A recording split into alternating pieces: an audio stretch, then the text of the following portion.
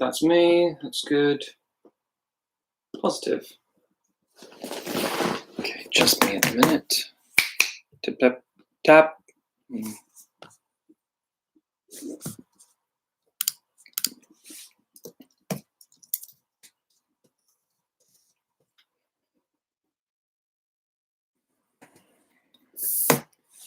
Okay, first of all, visual okay, you can all see and hear me. And by all, I mean you, one person who's Jack and or Tim. It's Jack, hey Jack. Yeah, this all right, do you think?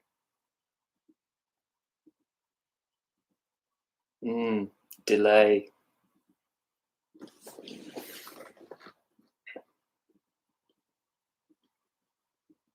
Good, sounds okay.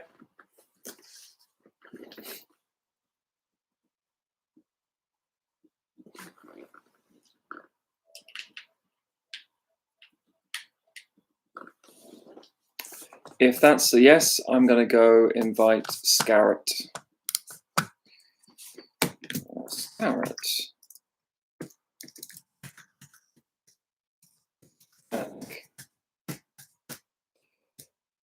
Okay. No, it's a Yeti. So we're using the Logitech camera and the Yeti microphone that Stuart gave to me / lent to me for the quiz stream, but you know, serves our purposes for now. So fuck yeah. Good. I will post the thing, I guess. Patreon. Patreon message. We went back up to $4.17 a month. Did some crazy new Patreon give us a ton of money?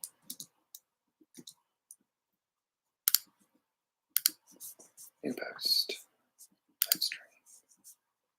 Use YouTube Live. The URL is this.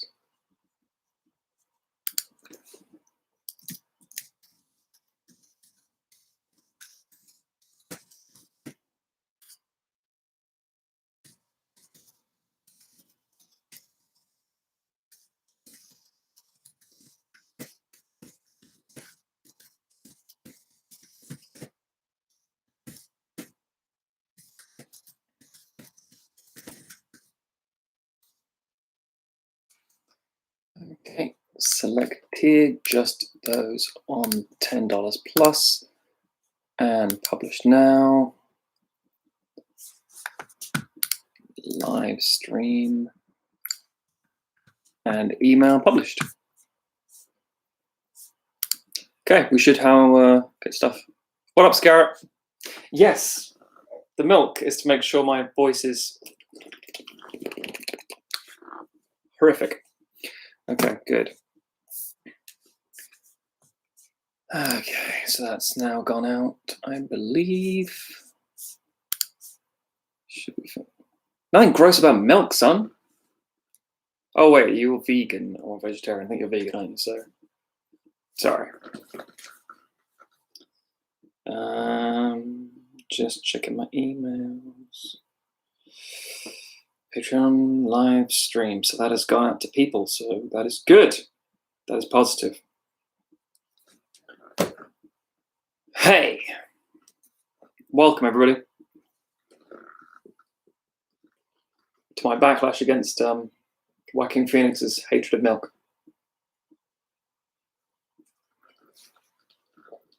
Grid, Tron World, please. Okay, we'll give it a minute until people are coming in and settling down and all that sort of stuff, and I'll just sit here and relax while everyone gets not acquainted but present.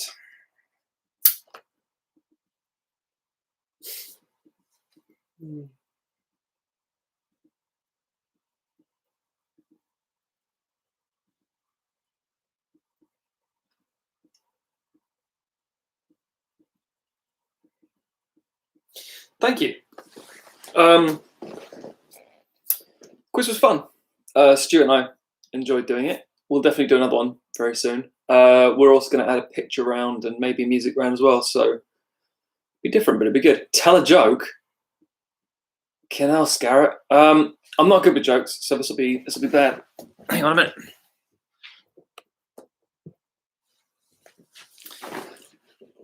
Nope.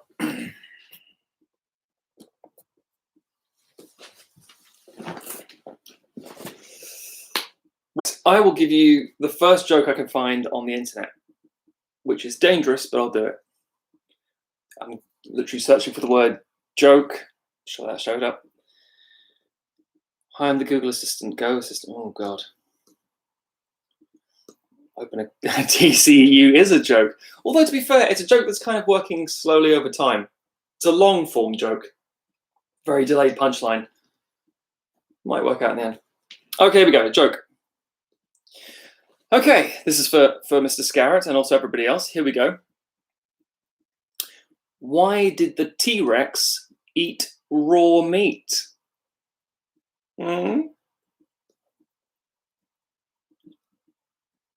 Fucking hell. Because its itty-bitty arms couldn't work the oven. Shit, hell. Well, that's horrific, and I'm sorry to flick that upon you all. That's it's John's fault. I do know one joke. It is the joke I reserve for when I need to tell a joke, to be fair. It is what's called the knight in shining mirrors joke. That I must admit, I must have Mandela'd up, because I effectively think I kind of invented this joke. I won't tell it to you, because who's heard it? I think Jack and Tim might have. Tim's definitely heard it. I think Jack must have heard it. But it's a brutal joke, because it's usually, I think I told it on my birthday, my 30th birthday, over the course of 5-6 hours, and at the end everyone was just very unhappy, except for me, who was laughing hysterically. I found it hilarious. So I'll spare you that joke for today. Good. So I should introduce. In the chat, you can see obviously Jack Chambers, your host as always, and you also have John Scarrett, who is the guy who's done amazing artwork for us. He has designed our new logo, our avatars, and the poster artwork that's been coming out. And he's very talented. He's very good. Check his stuff out.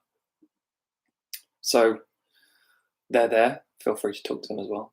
I'm literally, obviously, going forward and in future, we'll have Tim, myself, and Jack chat about stuff, hanging out. But at the same time, because of quarantine lockdown, only one at a time. Maybe next time it'll be Jack. Who knows? But yeah, we're all here. I'm glad you have the shirt on. That's nice. I like people if you're dressing up as Sequelizers fans for the chat. I'm the clever one. Shit, that is a worrying sign for us. Because, so obviously I'm on a bit of a delay. So I will read the comments and see things coming in, but equally, I'm reporting to things you kind of typed like 5-10 minutes ago. Yeah.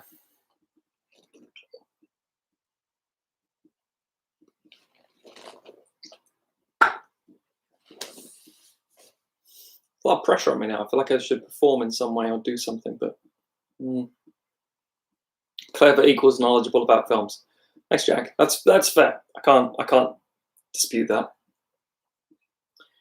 My shirt is a Flynn Arcade one. Not for any reason other than it was self-washing bar. I've seen a lot of Flynn Arcades. Is this literally just the logo? It's like a black t-shirt with this sort of neon logo. It's a decent t-shirt. Don't tell another joke. I won't tell another joke. I promise you. Because again, I'm not Googling another one. Put shoe on head. Okay, well, first of all, I'm not wearing a shoe. I'm wearing a very flat slipper.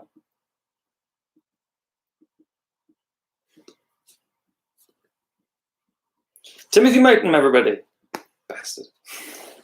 I will not dance, however, because for the purposes of health and safety, it's very unwise to dance when there's obviously all this equipment lying around. It could be very, very disastrous for the stream and for my well-being. So I'll pass it this time. Is how I'll get up. Put milk on head.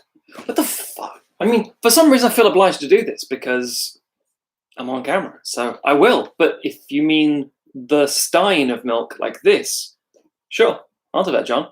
If you mean this, you can fuck right off, son.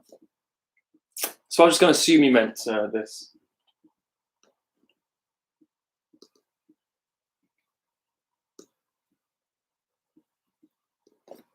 That must have been quite... No, we're not going to pour it! You freaks! Utter weirdos. The sticky, hot brown leather... Brown? Black leather doesn't need to be added to with sticky milk nonsense. I don't think this is how it's going to... okay. Patreon live stream chat. Just redubbed. What the fuck can we get Matt to put on his head? I have to go around the house and look for shit that'll actually constitute Cat Bus and Godzilla. Okay, let's do that. These are easy so far. I'm happy to try. Cat Bus, piece of piss. No problem at all with that one. Godzilla, curved edge, could be problematic. Mostly worked. That's on the head still. Tim, that's a good question. What have I been watching recently?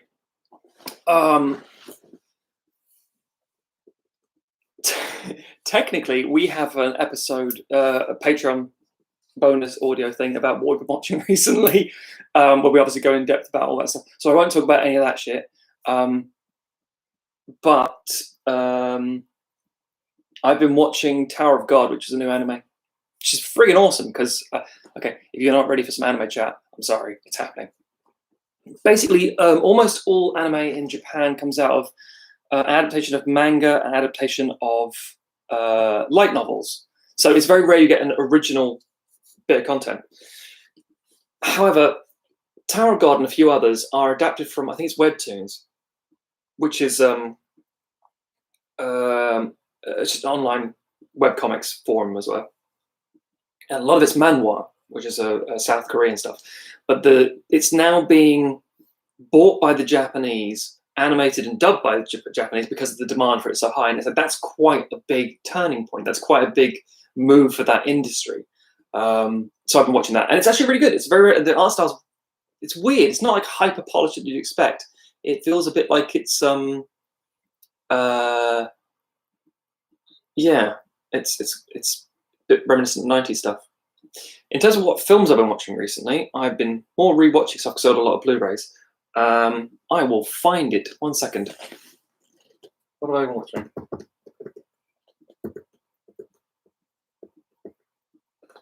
I can't find it. Ah, there you go. Excuse the arse shot. I have been rewatching some Koreeda stuff. My wife and I tend to want to have a sort of Koreeda marathon, so we'll probably do that. I'm now going to check in the chat. 1 second, please. Anime. I tune out of anime. Well, that's gone well so far. Japan Matthew. Yeah, okay. In your stream chat, you got to put rest on the head. That's, yeah, I agree with that. Booty. Thanks, Tim. Comics. Ass. Good. This is going very well so far. So, again, this is the first trial of this thing. We're all quite new to doing it this way. So I'm just going to check and see if I can find out certain things. If the whole chat ends up just going, ooh, sorry. Hopefully it won't. Hopefully it's not my fault. Let's see what I've got here. Participants. That's got to be what I'm looking for. So I can see who's here. Right, okay. Good. That's easy enough. Nice and no. Bugger it. Succession. What Succession, John? I feel it's a TV series, and I feel it's. Yeah. Oh, is that the Brian Cox thing? That's very good, and I hear is amazing, and I probably should get around to it. Yeah, there we go. Yeah, it is that one. Yeah, I've only heard good things, so that's good. Okay, other than balancing shit on my head for some reason. No, not that Brian Cox. Brian Cox, the Scottish old man from many films. And for some reason, the first thing that came to my head was Troy, which is odd. Anaconda 1 and 2 from the new box set, right? But of 4. Yes, that man, that Brian Cox.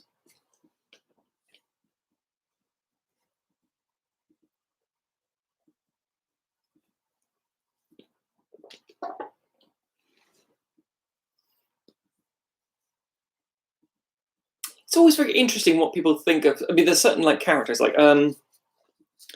Leland Orser is an actor. Let me see if I can call up a picture of him. Leland Orser. And he's the kind of actor where you see him and go, oh, that guy. But where you know him from defines kind of who you are. Like with Brian Cox, for example. One moment.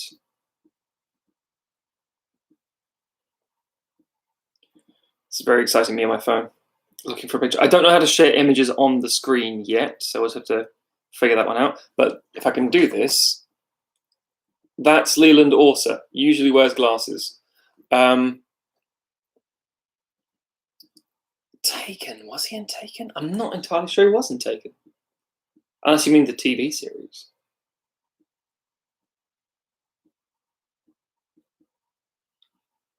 Is he? Was he?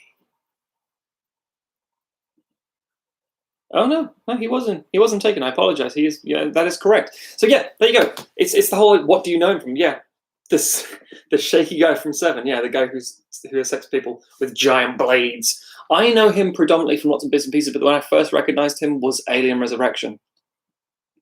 I mean, I don't know why. Just him saying, "What's fucking inside me?" So that's where I know Leland Orser from. Let's look at the chat. Lisa's right. Yeah, afternoon all. Oh, hi, Andrew. Andy, what do you prefer, man? I don't know. I'm going to assign you all random nicknames. You'll enjoy them all. Afternoon, it was like 10 seconds. Yeah. Rest of Master Princess. Ether's fine. I mentioned this because my brother is Andrew, and he goes by Andrew and Andy. But in the same way I go by Matthew, I don't really give a shit. It's all fine. Right. So let's give you, because now there's a handful of people, let's give you a boring ass tour of how's Jack like call it? Sequelizer's HQ. So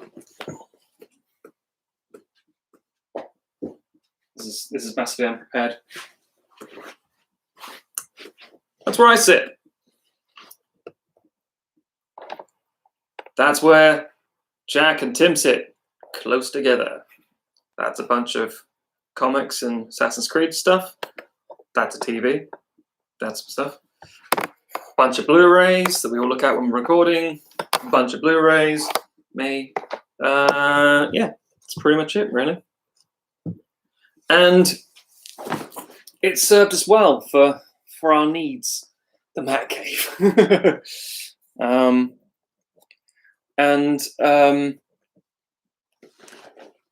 Yeah. The only frustration when we're recording, as I'm sure Jack and Tim will confirm, is the idea that when you sit back, all the plushies fall on you.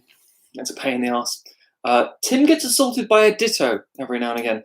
And of course, the fact that it's black leather. So currently, yeah, it's not too bad. It's fine. When we end up recording in summer, if we record in summer, who the fuck knows what's going on? But the point is, when that happens, it gets excruciatingly hot in here. And obviously for audio fidelity, to make sure that the sound quality is good for the recording session, we shut all the windows and it gets excruciating. Last summer, on the hottest day of the year, the hottest day ever recorded in Britain, we were in here with all the windows closed and it's excruciating. The big sort of metal box that we filter everything through, the 8-channel thing goes into the computer.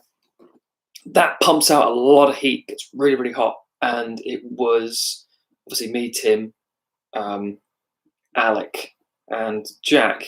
And we were recording the Saturday Night Fever sequel, Staying Alive. We did that episode. And it was horrifying. We were so hot. So the black leathers can be brutal and unforgiving. Again, back to the chat. Okay. ABP, yeah. Studio, yeah, can get it. Close as we can, yeah, move on. Yes, Jack and Tim do sit practically in each other's laps. It's I'm sure there's a reason, because we've literally rotated seats so many times in this room. We've almost always recorded in here, except for like the very first early episodes. And at one point, obviously, there was 5 of us, and that juggling this many seats and things can be very difficult. And we do also record our audio commentaries for the Patreon here. So again, same seating, and we'll sit here and watch a terrible film. We do have one audio recorded for audio commentary, I should say, for Series 6. I won't say anything about it yet, but it is recorded along with the episode before all this happened. So that's good. I'm reading the comments again, sorry. No, you see, there's a very, very wise suggestion here about putting some throws over the couch just to sort of eliminate any of the heat or excess heat. And no, I think suffering is important for art. So we'll just continue to suffer. The Black Beauty thing. What, like Alan Partridge cleaning his hotel room? As long as the wait between series, as long as it's... No, we aren't gonna just address Stuart's comment. We're not gonna have the kind. Well, hopefully we will never have the kind of huge breaks that we had previously. Now, admittedly, at the start, and obviously Jack and Tim will attest to this. At the start of the process, it was very up in the air. We're having a lot of fun with it, trying to figure out how to make it work, what it was going to look like, and so forth. And it took a lot of time to do all of it. And also scheduling 5 people becomes very difficult. Especially one of them is already doing like weekly YouTube videos and stuff like that. So once we got to the point when it was just myself, Tim, Jack, we said, no, we need to make sure that this is going to be a regular thing. By the way, I know you're not being facetious or like cruel in comments. It's fine. It's all good. It's all good. But it's good to address, because it's like why, for example, we extended the inter-season comment episodes, I should say, because we initially had the idea that we'd have 5 inter-season episodes and bang straight into season 6, 5 or 6 more bang into season 7. And of course, everything that happened in the minute. It's just a case of we want to make sure that the recording setup is good enough for the season, basically, but also that we can, if I mean, internationally speaking, Britain's doing pretty shit at handling the situation, and subsequently we keep thinking, well, we'll see how it goes, we'll see what we can get away with, and we don't want to jump into recording too much of Series 6 if we know we can be like United and stuff. But we did have everything, as Jack said, planned out week by week for 2020. To be fair, it's only been pushed back a bit. We did 5 more inter-season episodes, which are all really, really good, although we have to record a few. But the subjects are very interesting, and the most recent ones, I mean, you guys are all $10 Patreon people, so in theory you should all know what this is, or have heard the episode possibly. But the most recent, or Tuesday's episode I should say, will be is it the Crisis Squad on Tuesday, or is it the catch-up? Let's have a look, shall we? Oh, it's a classic catch-up. God, how am I so bad at remembering our own schedule? Jesus. It is classic catch-up. Okay, so yeah, good. Yeah, I'm just going to read the comments for 1 second. Lockdown protesters in London. Yeah, lockdown protesters in London. I mean, if we get political for a second, because not to be too political, obviously, I want to keep it light and friendly and everything else, but at the same time, Jack, Tim, and myself are constantly writing scripts for alternate films. And as a writer, you can't help but inject your own viewpoints and worldviews. And so, for example, when we're saying, hey, we're going to maybe cast a completely different person of color or of different gender to be Tommy in a new Power Rangers film. We like to see the diversity reflected in cinema, and therefore part of our politics and blah blah blah blah. But this situation, this pandemic, is being exacerbated largely because of dickheads and idiots, basically. But we covered that in our a fair bit in our cinematic crisis squad. Just look at the comments 1 second. Okay. Thought for an idea for a future inter-season episode. Okay. Find an obscure film and read out 3 plots. 1 is true, the other 2 false. Take it in turn to fool each other. Interesting. Very interesting. That sounds to me like very much one of our little games, where we'd I'm always, again, this is the nature of recording this stuff way in advance. I'm always a little bit unsure of what we have and haven't released, so I don't want to give things away. But basically, yeah, there is the idea of doing little games like that, and we do quite frequently. I've been working on a video to promote the $10 Patreon tier, mostly the alternate stuff, because people who don't know the kind of stuff we have with the commentaries and the outtakes and all the various bits and pieces, it's basically a bit of a montage, a bit of a showcase of clips to say this is the kind of stuff we have behind the awfulness of a paywall, unfortunately, but it's still, this is the extra content, including episodes where we talk about all kinds of stuff, as well as, it's not just us literally saying, that's shit, that'll do, it's good enough. It's like, no, we're recording specific whole episodes. The most recent one of the ones that Tim's editing, I'm not going to name it, but it's like maybe 2.5 hour conversation. It's a full inter-season episode, basically. It's just the fact that it'll be just exclusively for you people. But I do like the idea of doing that, but I think Jack is entirely right. Getting one past me might be a little bit tricky, maybe. We'll see.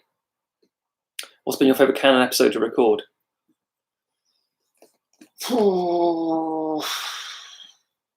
There are lots of them. I think one of the most fun recording sessions was Despicable Me 3. Predominantly because we've done The Dark Knight, we were getting into a swing of Series 5, the new formula, the new layout. We're really, really enjoying it, thinking this is going really well. And it descended into kind of madness, basically. I don't remember the exact way we ended up searching minion porn, but we did. And it was just a really raucous, silly atmosphere. And at the same time, we still professional enough to do the episode. You wouldn't know these things were going on unless you were aware of it. So yeah, that was actually really fun to do that.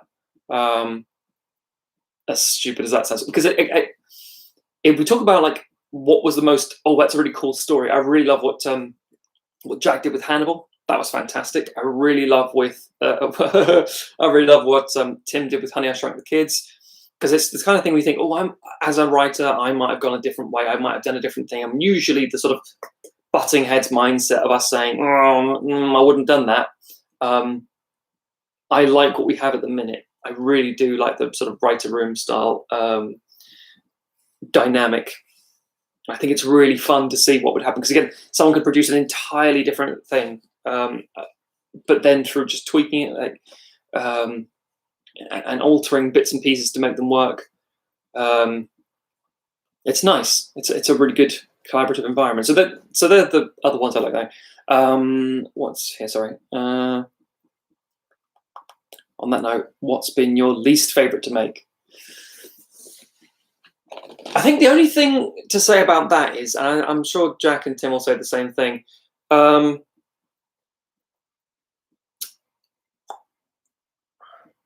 It's not that we have a bad time recording it, because I think genuinely it always goes well.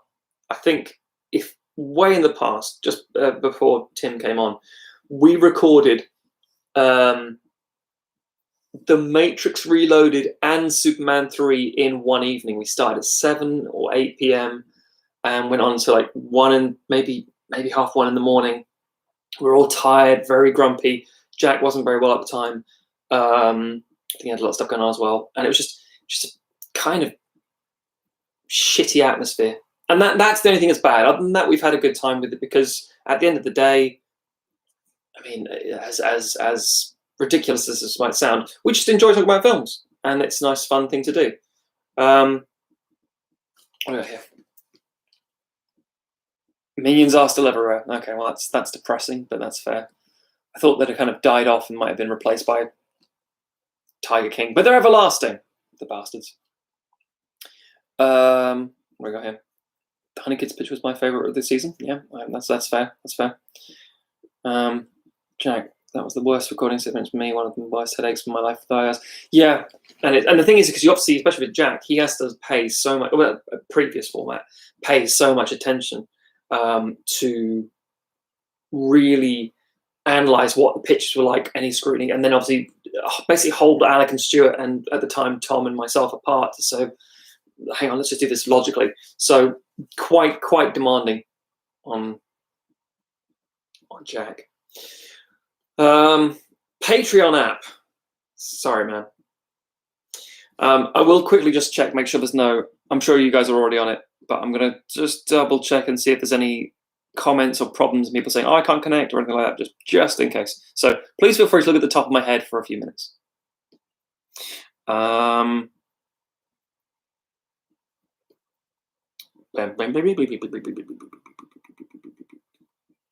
Good. All right. I think we're all good. Everything seems okay.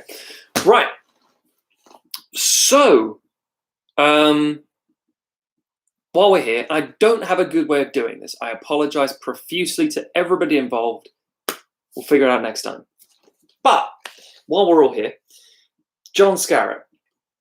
So obviously part of the things he does with us is we've asked him to produce a couple of posters for the season, and his Dark Knight one, fucking amazing. I think everyone hands down has really loved it. It's been really good. And every time we say something to John, like, "Oh, come here, this is an idea," he always excels our expectations. Because again, he's extremely talented. And we had an initial idea for the Nightfall one. We had to talk about it and then refined it. And yeah, what we've ended up with, I'm really happy with. We have the second poster. Second poster is ready. It's probably later tonight or at least tomorrow. And then we'll share it all around and things. And he has, for me personally, because it's kind of okay. So Jack said when John sent over the poster for Nightfall, he said, "This is it. This is going on my phone now. This is my dream." It's a film that he's hated or didn't like or disliked considerably, that we fixed with his name on it, the little credit block at the bottom. Has all the cast, all the DP, that kind of stuff, but it also has us as writers, and it's a nice little thing in there. And we like the idea about getting them framed and things. Obviously, for certain tiers on Patreon, you can obviously have the digital copy. For the certain tiers, you can have a printout version sent to you, and obviously we'll sell them on the shop as well for people who want them as well. But if you want multiples, say for example, for gifts for friends, thank you. So as Jack said, the Nightfall ones have been printed. They'll be going out to executive producers and available on the shop soon, which is awesome. So I'm going to call up this on my phone, and I know, John, if you're still here, I'm sorry, because I know that will make him so angry and upset because the quality won't be as perfect as it can be, but it will go up later. It's more just to show you guys what it is, and it's astonishing. So there are 3 posters for Series 5. God, I'm thinking of Series 6 already. There are 3 posters for Series 5. The first one was Nightfall. The second one is this one, and the third one is something else. We won't tell what the third and the second are until we actually announce them. But the second one is frankly goddamn beautiful. So if you're all prepared and nice and ready, let's see if I can do this quite well. So just to show you, and obviously the proper version will go out on Patreon later today and upload on Instagram and all these bits and pieces. You can share it around and things, and then we'll send out to those patrons who have it, and it'll be available to buy as well, etc. But In the meantime, let's see if we can do this without messing up. So I'll focus, and here we go. Do it. Focus on it. Nope, it's going to be an asshole. Anyway, it's amazing, and I'm going to try and do I'm going to get this right. See if a little lower brightness will help. Focus. Put my face away. Focus. There we go.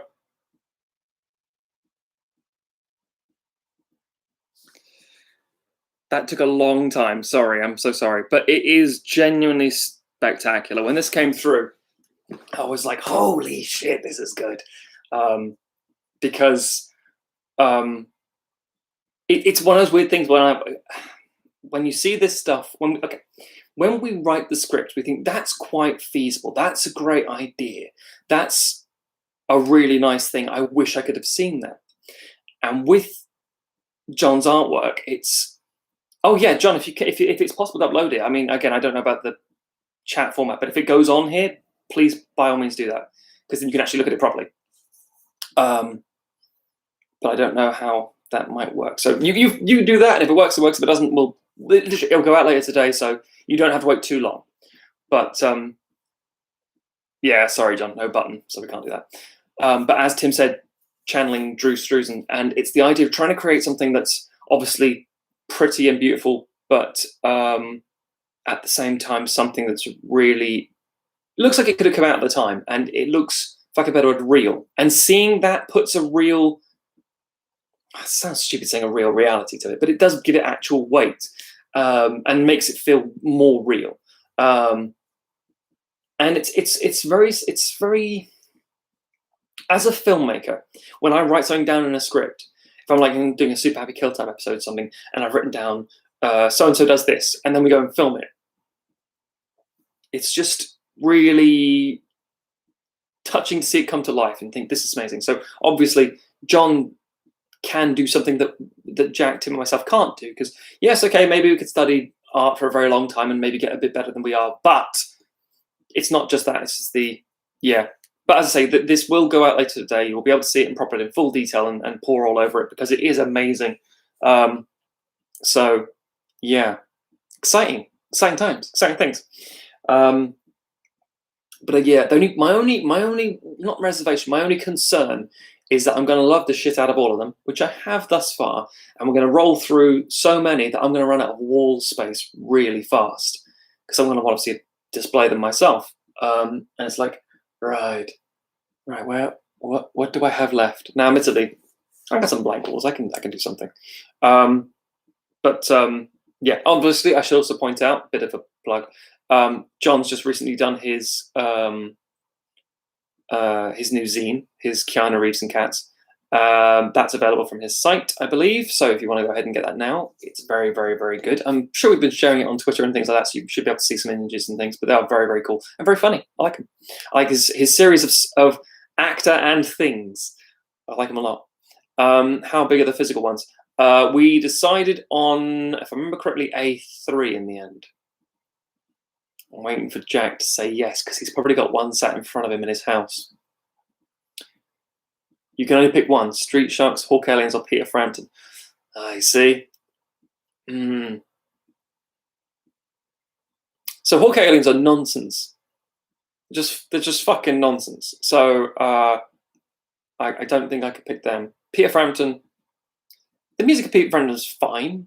It's fine. And Street Sharks is a meh series, but Strada Squali, yeah. So I'm gonna say let's keep Hawk Aliens, because they've taken more of an impact on our lives. Hawk Aliens, fucking hell.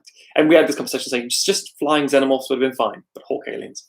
A3. So Jack has confirmed they are A3 posters. They're quite beefy. And the thing is, we thought it's a good size to obviously see all the detail, because there's a lot of really, really good detail in the artwork. But at the same time, we don't want to be taking up too much wall space, and make sure people can get them out and display them. That's what we want, ideally. My initial plan was to spend room into Den, but for good reasons, the plan's totally changed, so I have no idea where we're going. You'll find a place. They'll be somewhere. I don't know where. Cool. This is going well so far, I think. I'm going to go like some milk.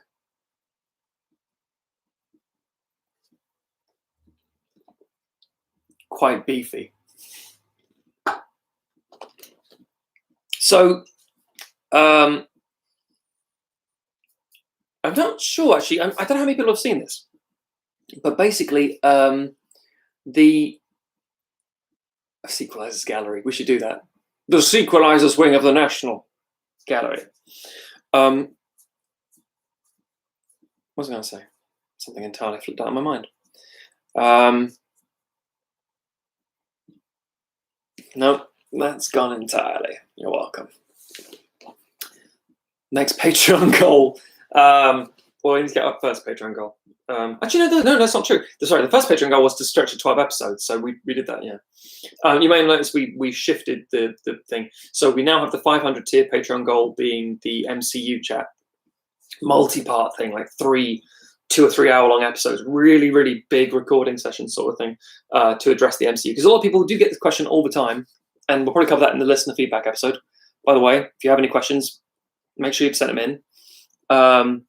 And the MCU is huge, and it's so intertwined. Like, for example, you say, "Oh, fixed all the Dark World." It's like, it's kind of a little bit woven into Endgame. Not in a major way, but enough of a way that to figure things out, that kind of thing. So we're going to address all that kind of stuff. And then we are going to do, hopefully, a Star Wars prequel live episode. But again, at the minute, that's not practical because of everything that's going on. So we don't want to do that and rush it or get there and promise something we can't do. But I think, yeah, we'll get there eventually. And then we'll do the Sequelizers art gallery.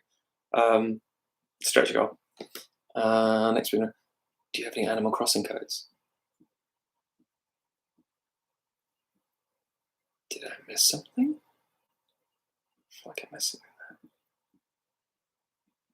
that. Weird. Oh.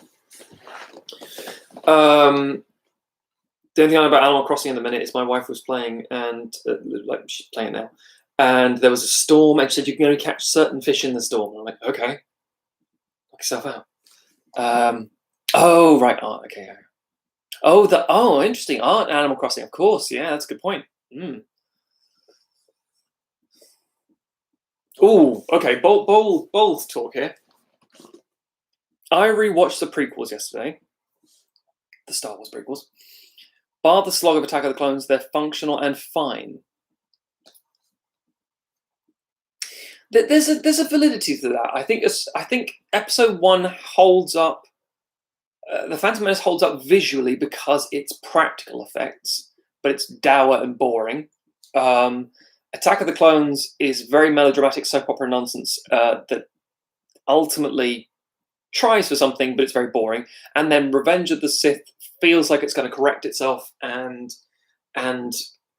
ultimately give fans what they want, but it isn't. And the key thing is the direction, because the writing is awful. Of course it is, Lucas, but the direction is so flat. The camera moves in such a boring way. The stuff we get is boring. The humor is childish. It's a man who has surrounded himself with sycophants who ultimately isn't being told, like with Carrie Fisher rewriting stuff and well, getting the idea to do so, but more importantly, Harrison Ford and Mark Hamill saying, I'm not saying that kind of thing. Without that level of confidence, it crippled it, unfortunately. But we'll discuss that in much more detail when the time comes. I think they're not good. I think people saying, oh, the prequels are better than the sequel trilogy are wrong. Wholly wrong. We won't go into that. What do we got next here? Prequels are full of effects. Yeah, okay. They're of a time as well, trying to compete with other films instead of being Star Wars. That's very true. Enjoyable parts to Phantom Menace I don't get from Attack of the Clones. Okay. Okay, fights happening. That's interesting. You guys fight it out. That's good. Attack of the Clones has seismic charge. Has the seismic charge. The sound is okay. I will give you that. As much as there's no sound in space, the seismic charge bit is quite cool. The attack of dubstep in space. But again, with the prequel stuff, it's always a bit annoying when you don't see these things ever again. It doesn't seem to fit the universe very well, but yeah, it's fine. objectively wrong if people prefer the prequels to sequels. Yeah, that's true. And of course, yes, this is a key point here. The music is amazing. John Williams and the sound work in general has always been a stellar part of Star Wars. I think as always will be, if I'm honest with you. Although of the follow-up stuff, not the sequels, which again was still John Williams, but if we talk about the anthology films, Solo and Rogue One, Michael Giacchino and wasn't John Powell, was it? I think it was John Powell, yeah, who did Solo. There's some really good scores. They're really, really epic and quite intense. So I'd like to see what people can do with it next. Skip Phantom Menace and not miss any of the story. Oh, you can skip Phantom Menace and not miss any of the story. I think there's some validity to that because of the nature of how Lucas writes them, in the sense that they are meant to be serialized things that just sort of pick up. And also he has so much of a handle on not handle, sorry, he messes it up. He has an ability to talk about things that are more interesting than he's showing you. It's like you taking a lift ride up and saying, remember that time we did this? Oh, great times. What happened the last 3 or 4 years since we last checked in with the audience? Oh, these things, great times. Let's have a conversation. It's weird and boring. Yeah, let's do that. Let's do that.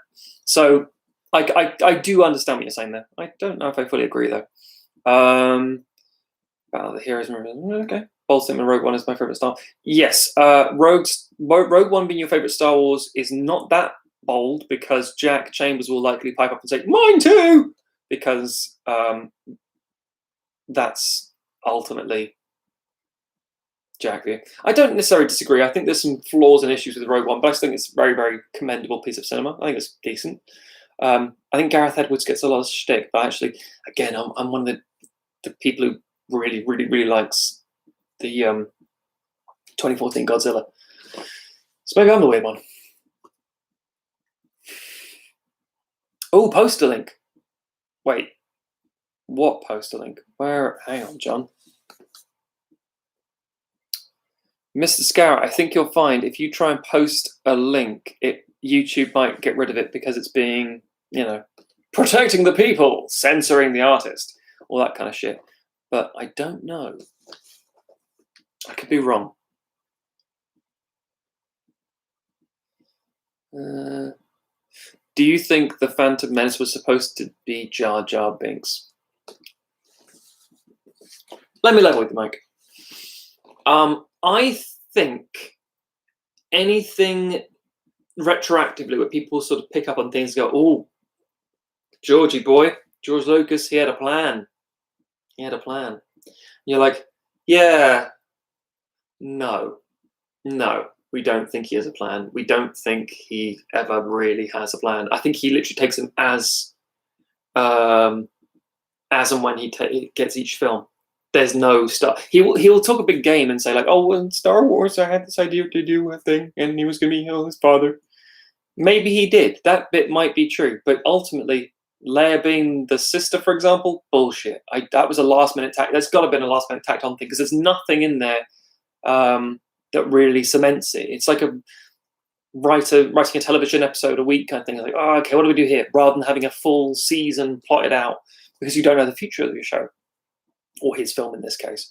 I think the prequels of Jar Jar, I think he just wanted to make a funny character that kids would like, that would sell toys. Not in a cynical way. I think that's functionally what it was supposed to do.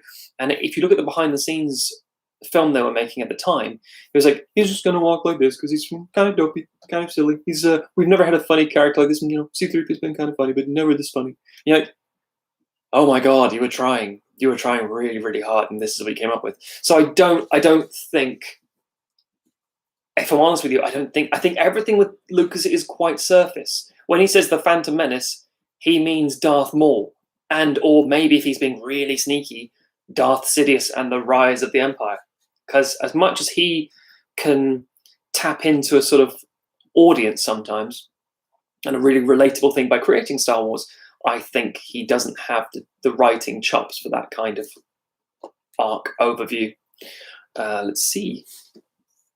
Quick, you can see that, yeah, okay. You just sit through 120 minutes of a creepy kid lusting after a princess.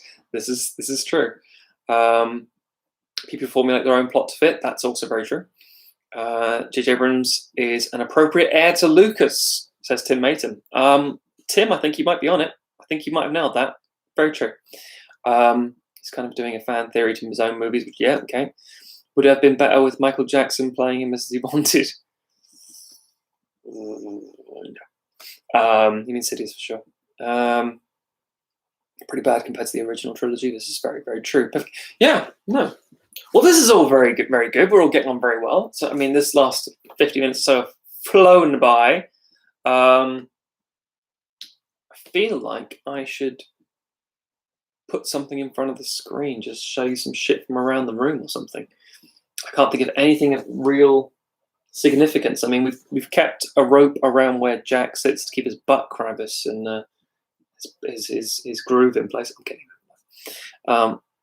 Tim's out, everybody. Everybody wave at Tim.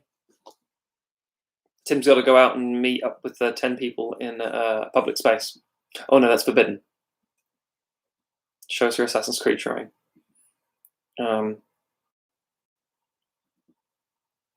Favorite Assassin's Creed item? The shrine, Matt. The shrine. Okay. 1 second. It'll be from a distance, I'm afraid, because length. Bye, Tim. See you soon. Love you. So the Assassin's Creed shrine from a distance. There's no way I can even. Well, let's see how long the wire is. The wire is short. So the Assassin's Creed shrine is over there, and that's a ton of stuff. No, oh god, reverse controls. It's so weird. So yeah, I'll now describe it.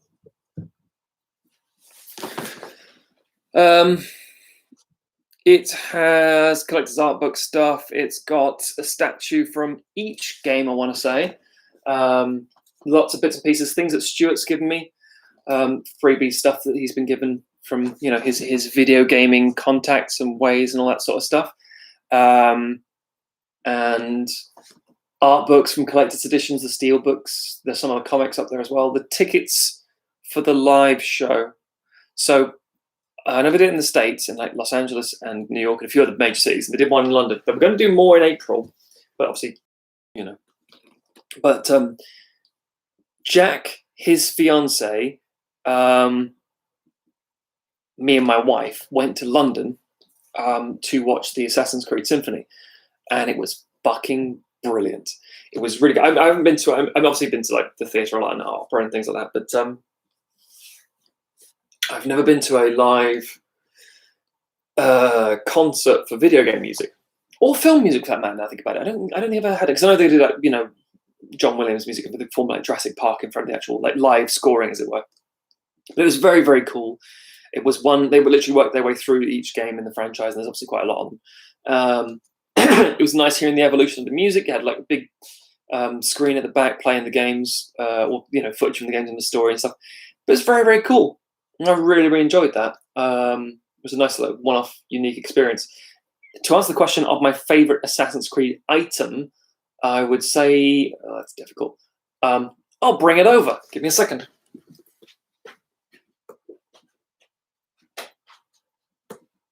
I think it's going to be this one. This Altair on a bell. I feel like a proper YouTuber now, holding up stuff and waiting for it to focus for like an hour, and it doesn't. You go, oh, bugger it.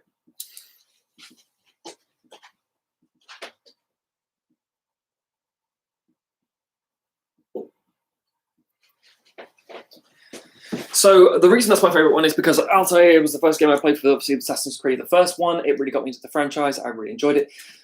That was the last one they were selling at MCM, the Comic Con in London, Excel. We were there as Cheesemint, the film company that we've got, and we were just going from table to table. And I saw it and I said, "This is amazing," and I said, "Oh, that's so cool." And they said, "Okay, well,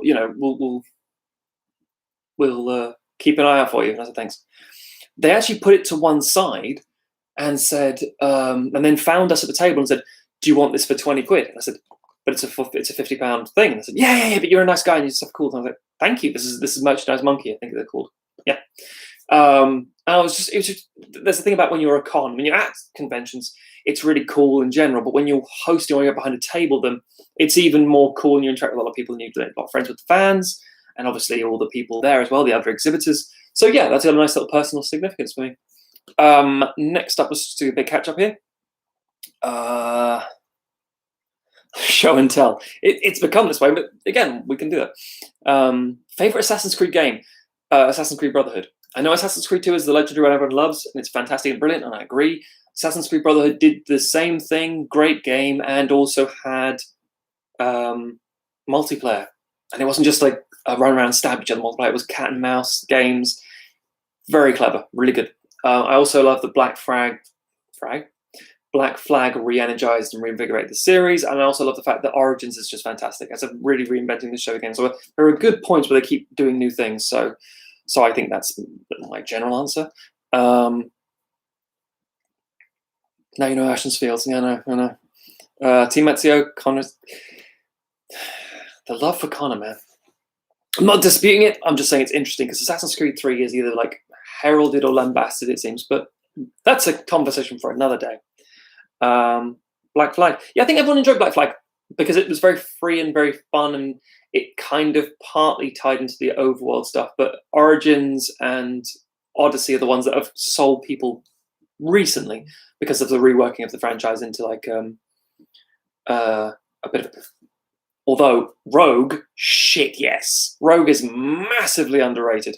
It's basically the Black Flag engine, so it's a really good game, and it's got an assassin who, commits accidental genocide in Portugal and says, "Fuck this, we're on the wrong side." And I love that question of which is more important. Are you doing the right thing? Are you on the right side? So yeah, I some good shouts, some good Assassin's Creed talk. Waiting for you to come away. Yeah, okay. Connor was dull. Yeah, that's fair. Yeah, Connor being the way he is when his father was when his grandfather was a pirate and his father is a Templar who was stolen away from a pirate, and the fact that Connor's a Native American in revolutionary America, there should have been so much there. It just came out a little bit flat. I think there's a lot of really interesting things going on, but yeah. But anyway, let's bring it back to some film stuff. Here's a question for you guys, for you to answer me. Hang on. Sorry, I was going to ask a question, but I put one on screen. If you could make an Assassin's Creed game in any period, what would you choose, you and Jack? Ooh. So here's the thing. Valhalla's coming out. I'm looking forward to it a lot. Obviously, I've pre-ordered it and it's ready to go. And yay, Vikings. I went to Norway last year and fuck me, Norway's amazing. Having said that, Norway is bastard expensive. Excruciatingly expensive. Really, really pricey. But that's because everyone's paid well. But Norway's a beautiful country. I really enjoyed it. We went up to like Bergen and went around there and the funicular up to the top of the Troll Mountain, as it were. And we went to Olden, to the Bruksdal. I can't remember what it's called now, but there's a glacier that's very, very cool. We hiked all the way up to that. And we went to Hellestadt and Garangar and went up to this up the fjord and this point. It's just fucking beautiful. The fjords are genuinely the most beautiful places I've ever seen in my life. Sea was choppy as fuck. My God, the North Sea is unforgiving. I feel for Vikings, Jesus. But so Valhalla, great setting. The truth is, I think Assassin's Creed needs to remember what it is, the kind of gameplay it needs to be, and I think the Boudica, interesting. That could work quite nice, actually. Yeah, it's the time period and the setting, and the kind of game you're playing, and how much it ties into the story. So for me personally, I think anything after the 1800s gets a bit tricky, because ultimately, did I say 800? 1800s. 1800s. Because, Russian Revolution is a good setting. They did that in the comics, and that worked quite nicely. It's the problem is guns. As we discovered with Assassin's Creed Syndicate, guns are tricky. The Mughal Empire in India. I really like that. And again, I'm pretty sure they did that on the what are they called? They adapted 3 storylines. It was China, India, and the Revolutionary Russia one for these 2D scrolling Assassin's Creed games that I really enjoyed. I thought they were very fun, very different. The 2.5 games, exactly, yeah. And yeah, so to answer the question, in my opinion, I would like to see. Shit, that's difficult. I think mine is going to have to be India as well. I think Scarrett's nailed it, if I'm honest with you, because it would feel different and very lush environments, and the animal encounters would be really cool, and the politics would be really interesting. So I think that would be a really, really cool one to do. So I agree. Medieval England. See, this is the thing. I agree with you. I think it's inevitable because of the way that Ubisoft made For Honor, with their things being, feudal Japan, medieval England, and Vikings. It's like, well, you tick one of those off. It will, however, never be Japan. I know. People want it, but that's one they will never probably get around to. I don't know why. I think it's because there are so many games that are set in Japan already, and they're like, I know they want an Assassin's Creed there, but they don't. But Valhalla is Vikings in Britain, as far as we're all aware. King Wars. Yeah. King? Q is Qing, isn't it? Qing dynasty. Yeah. I agree with that. That's very good shout. Yeah, feudal Japan. I know it's been teased since Assassin's Creed 1, but they'll I don't know why. I'm sure there's a reason. I'm sure there's a valid reason. I'm pretty sure, if I'm being brutally honest, I bet you the reason is an arrogant sense of we don't want to because everyone else does that. Thank you. It is Qin, isn't it? Qin dynasty. Yes, that's what I thought it was. Yes, thank you. So, hence why it's called China. My question was about films, oddly enough. I was going to ask, because rather obviously, I know you guys obviously provide great questions and you ask us stuff for the listener feedback and for the Q&A things, and we're all very grateful. But I'd be curious to hear your feedback on these things, because we get all the obviously on the Discord and Twitter, but for immediacy, let's go with something we actually covered on our video game episode. What would you like to have adapted? And Jack had Soul Reaver, Legacy of Kain stuff, and I went with.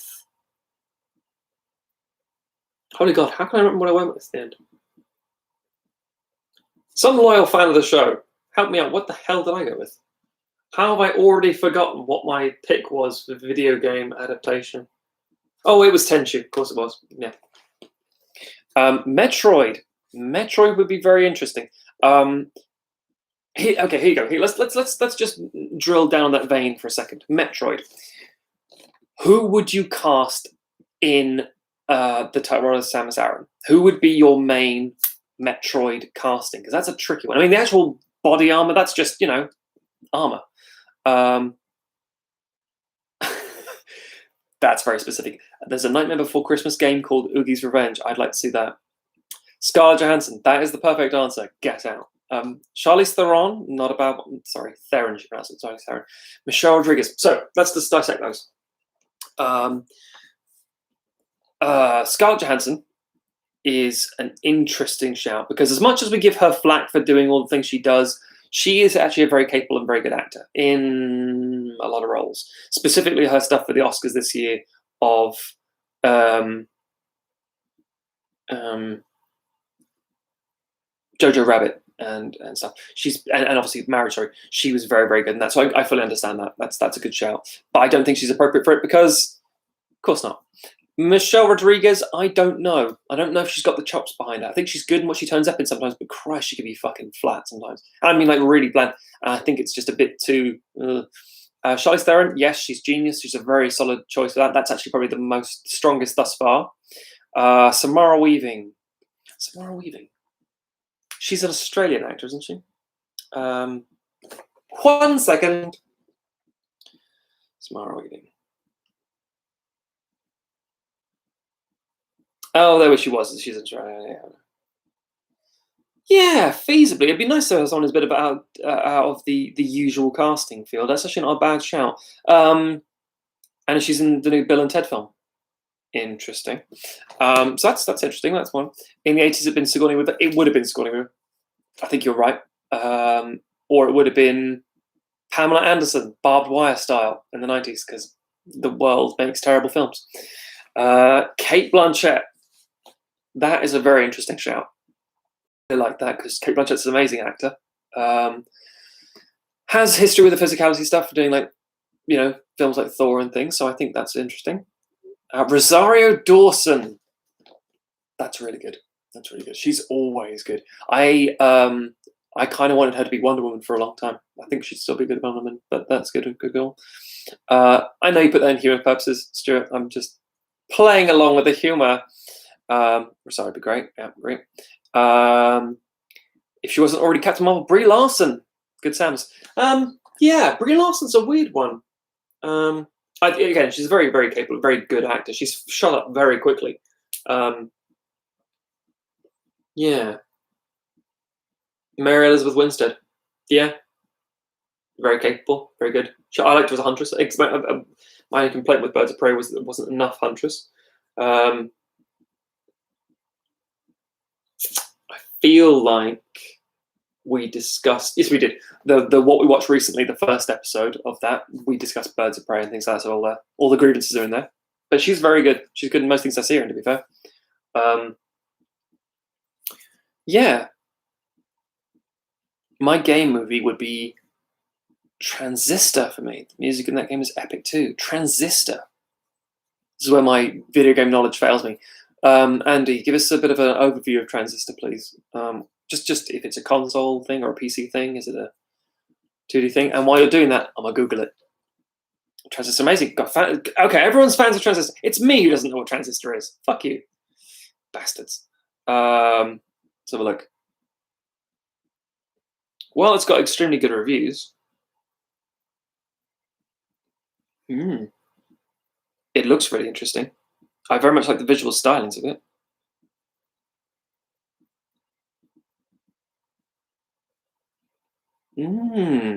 Okay. Yeah, this seems pretty cool. You're all well aware of what this is.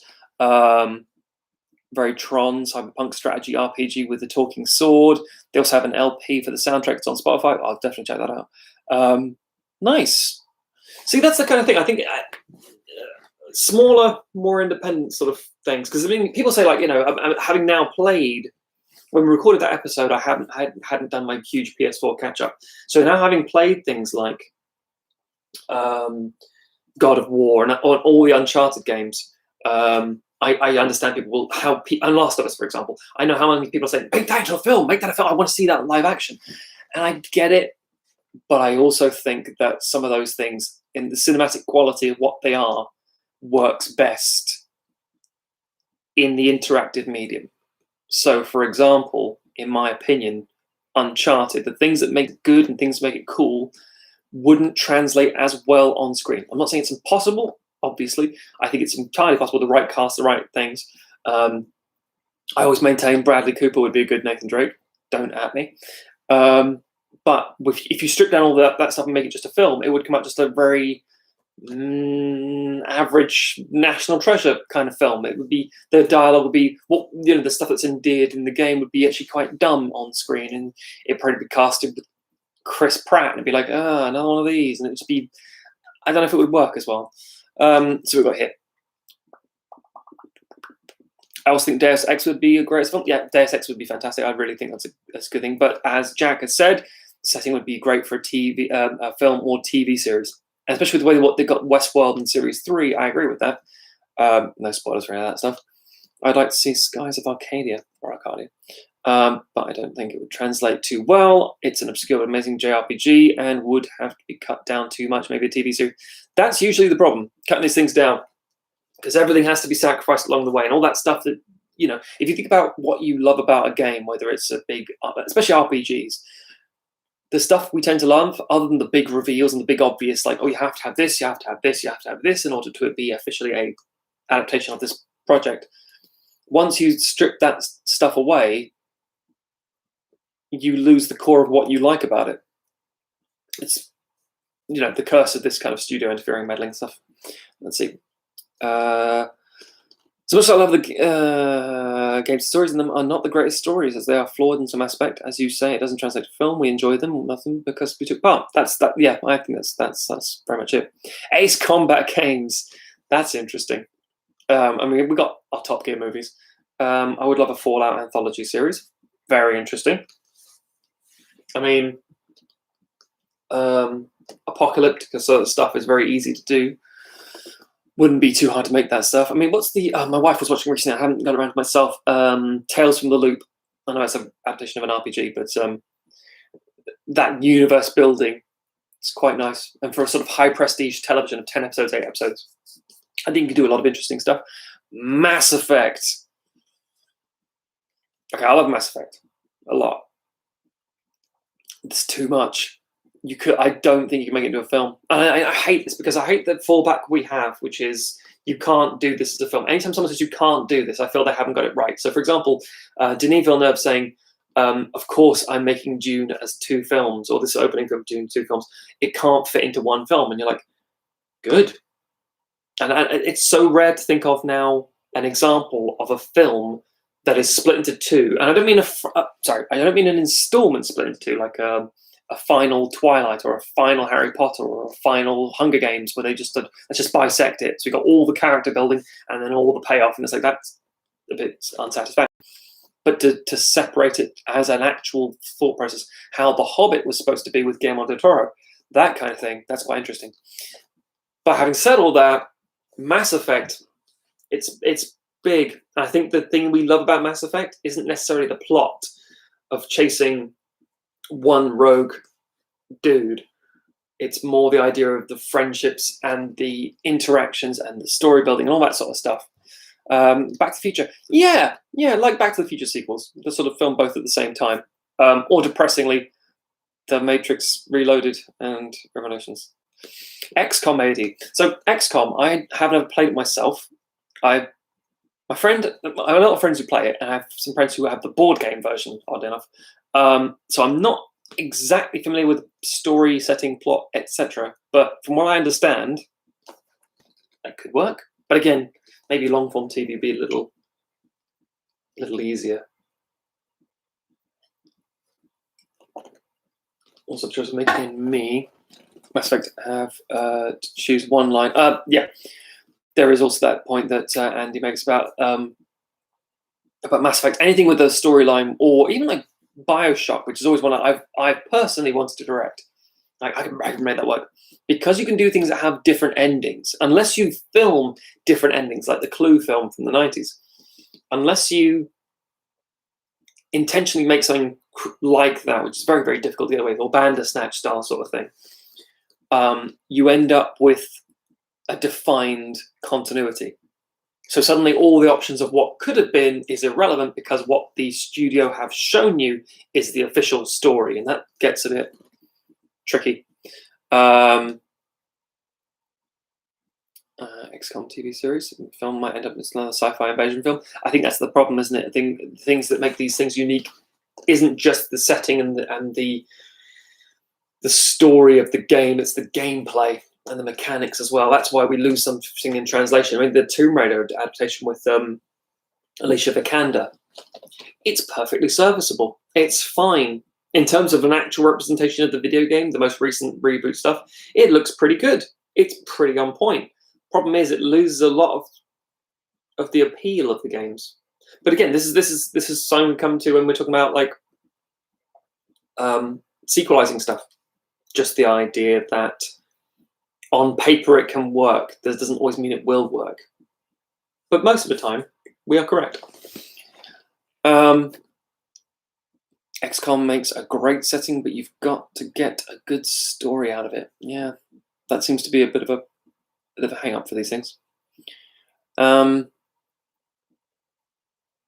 I keep looking around here for inspiration of stuff. Let's see. Oh, we did a test. We'll play a little game very briefly.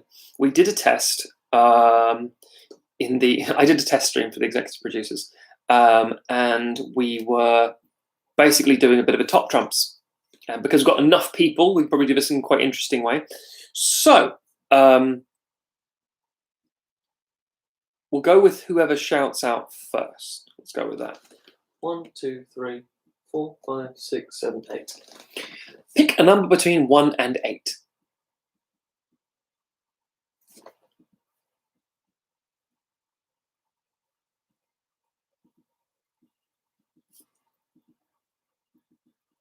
Okay.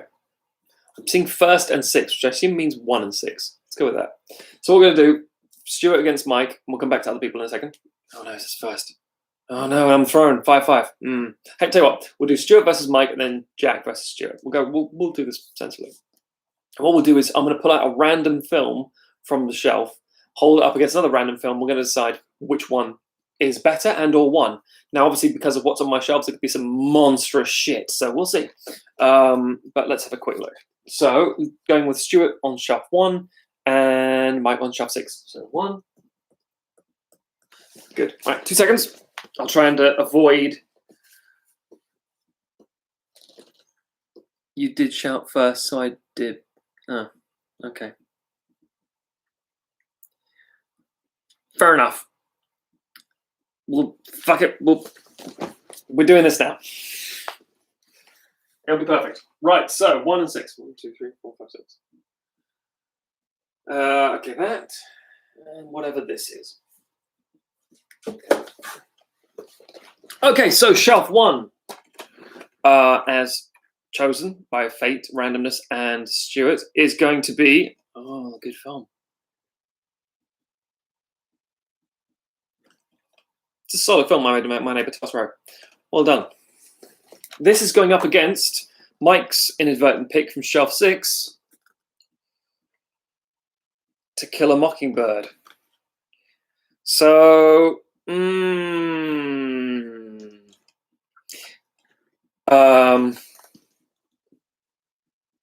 that's genuinely really tricky. Which is the better film? To Kill a Mockingbird or My Neighbor Totoro?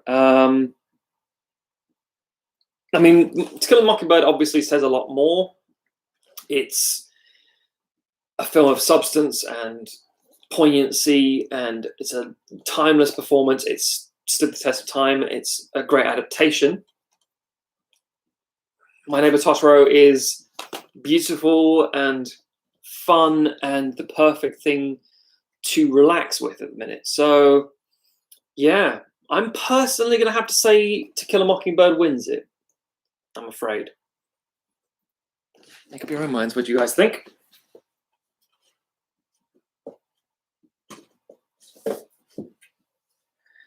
Okay, so next is Jack Chambers and Stuart again, because that's how the numbers have gone there. I'm just going to go with it.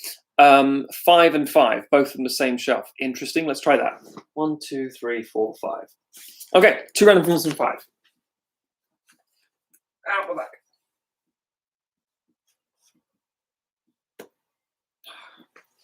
Random. Okay, so 2 films from 5. We'll go with Stuart first, then Jack. So Stuart's film is... Oh. Is that going to focus? God damn you, YouTube. I don't want to be one of those YouTube people. There we go. That's better. So, yeah, the Teenage Mutant Ninja Turtles film by Jonathan Liebesman. Cool. Jack has Danny Boyle's Steve Jobs. If you win, do you get Jack's equalizer's position? You wouldn't want it. Nobody would. Focus. Oh my God. Thank you. Right. So, in my opinion, I think this is fine as a film. It's literally just fine. It's for kids and it's acceptable. Meh. Good. Steve Jobs, however, is actually really good. It's really underrated. Fassbender does a really good performance. Seth Rogen does a very good performance, and Boyle directs it in a very interesting way, and Aaron Sorkin's written it in a very interesting way. So, so yeah, Steve Jobs, Jack wins. So I'm afraid Jack keeps his job as the sequelizer. Okay, I think we've got 2 numbers left. 7 and 4. 7 and 4 for John and Andy. Okay. 7 and 4. 1, 2, 3, 4, 5, 6, 7. Okay. Excuse me.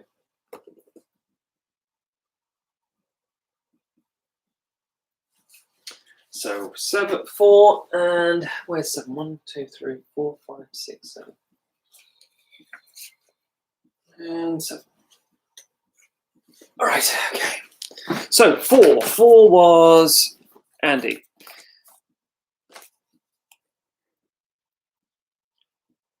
Focus. Slow West.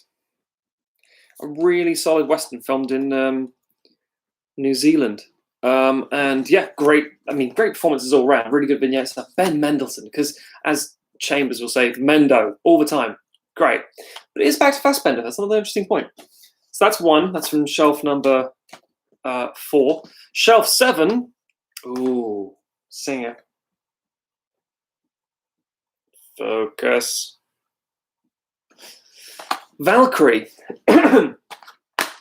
I think Valkyrie is quite an underrated film. I think it's pretty good. Having said that, it is it's a Bryan Singer. It's flawed. It's problematic. But I think Slow West beats it quite easily, if I'm honest. Because as decent as I like some of the performances and bits and pieces in here, that's a really good film. So Slow West wins. Well done.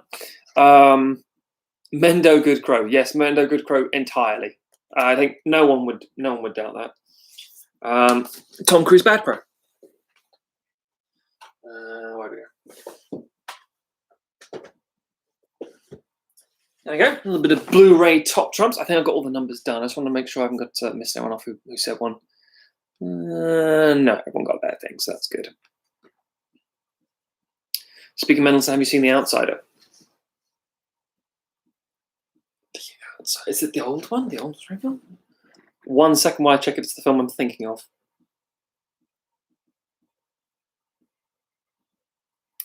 Boop, boop, boop, boop. Oh, the new one. Sorry, I apologize. The new horror film, the King one. No, I have not. Most TV stuff I get round to at some point. I usually, I mean, oh God, there's so many stuff I need. It's not Mindhunters, is it? What's the Fincher TV thing? I think it's Mindhunters. I could be wrong. Either way, I need to catch up on that stuff. I haven't got round to it. It's frustrating. Worst Crow, Chris Pratt. Oh, no, he'd be a bad Crow, but he's not the worst Crow. Come on, man. Jamie Kennedy exists. There's Mindhunters. Thank you very much, guys. Yeah, I haven't seen that yet. Tom Cruise, Worst Crow. I don't think the worst again either. It's definitely, again, Jamie Kennedy exists. Fuck Jamie Kennedy. Nice. Good. Well, so far this has gone rather well. Again, in the Worst Crow, Adam Sandler. Again, I agree.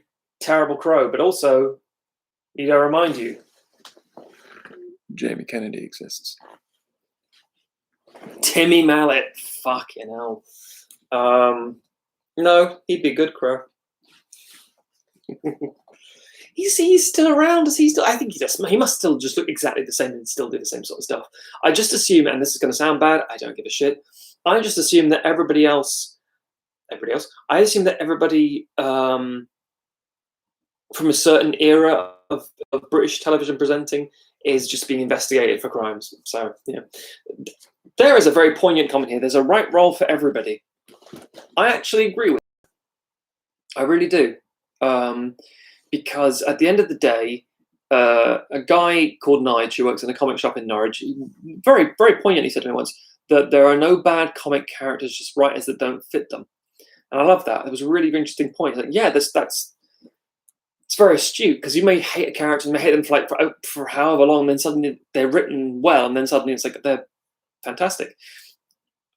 But Jamie Kennedy does have a good role, and that's that of Randy in Scream. I think he's good in Scream. Scream's a great film I really enjoy a lot. was a perfect age to watch it when it came out. But Kennedy's fine in it. He's obnoxious in the way he's supposed to be obnoxious. He's endearing in a strangely weird way, and they kill him off quite quickly. So ultimately, yeah, I think Kennedy's. Yeah, okay. Let's give that a go if we want. Can we give the celebrity who we think is terrible, and I'll try and figure out what the role is they've had, or what kind of role that they might go into that might be suiting for them. Using celebrity pointless view, we go, oh, piss off, Jack. He's not okay in Scream. He's good in Scream. He's part of an ensemble that makes it good. He elevates them. Henry Cavill, The Witcher. He's great in The Witcher. Fantastic. He's also really good in Mission Impossible 6. Jared Leto. He's good in Lord of War. That's a great film. Jared Leto's good in Fight Club. But he's good as support. Jared Leto shouldn't be a lead, in my opinion.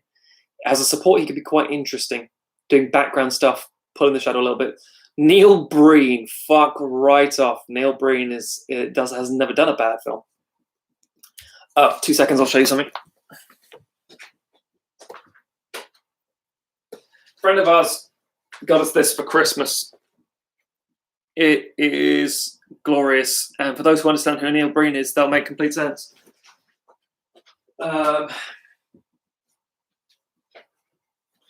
Who's next on the list? What have we got here? I hate Jared Leto. Well, that's bad. Stephen Baldwin, Usual Suspects, man. It was great. I mean, he also makes a very interesting Barney Rubble. Not necessarily a good Barney Rubble, but maybe better than Rick Moranis. I don't know. Tim Allen, Galaxy Quest, Captain Nathan Drake. What the fuck was his name? Needlemeyer, Needlenose Ned, and Netherhead. What the fuck is Captain? Whatever. He's good in Galaxy Quest. That's a good role for him. Jason Nesbitt. Thank you very much. I appreciate that. That's very good. I think there is a role for everybody. I always maintain I don't like Amy Adams, and that's like a weird thing to keep saying, but think about it, just like goes, oh, great. But I will acknowledge she's fantastic in Sentinel. She's amazing in The Master, amazing in Arrival, amazing in Doubt, and by that logic, why don't I like her? Because when I don't like her, I really don't like her. That's my answer. But no, there has to be Tommy Wiseau. Tommy Wiseau, I think, is not an actor, so it doesn't count. But his role was The Room. Literally, that fixed him. It's terrible. People watch it. I mean, fuck me, people getting too much money. But yeah, so him, kind of. Jaden Smith. Okay. Here's the thing. I think Jaden Smith is reasonable. I think he has a lot of potential under the right director. I think he hasn't had that chance yet. I think the right role was already there for him in After Earth, where he is the son of one of the greatest warriors who has a huge shadow that he can't escape from, and he has to act differently in order to do it. But in the hands of the right person, that could have been done really, really, really well. And I think there's still maybe something in the future that could be done like that. So maybe. Mark Wahlberg, fuck off. Mark Wahlberg's great. He's good in The Departed. He's good in Max Payne. No, I'm kidding. Mark Wahlberg's fine. He does a lot of shit films. Oh, okay, yeah, it's a Transformer. Oh my god. You want a Budweiser? Fucking whatever. But yeah, he's good in some stuff. The Fighter is good in that. His whole life's a single ongoing acting gig. Hulk Hogan. Oh, Jack, you're being brutal. You're wrong, man. Only good in The Departed. That's nonsense. Sheer nonsense. After I'd had a good story to do, but I think they just thought the Smiths would carry it. Yeah, I think that's fair. I think it's got to fall on a handful of people. Arrogance of thinking the Smiths will carry it. In the same way that Gemini Man is like, this is right, we've got some interesting, innovative new technology, and Will Smith is like, that's not enough. I know you're being facetious, Jake, don't worry. Then you've got Hulk Hogan. Hulk Hogan,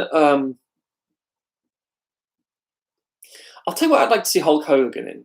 Hulk Hogan would be fantastic in a film like Darren Aronofsky's The Wrestler, where he's like, where it's obviously Mickey Rourke, and he's like really down and miserable and depressing, and like a really like, oh my god, this is because he has the acting chops. I think he could do it.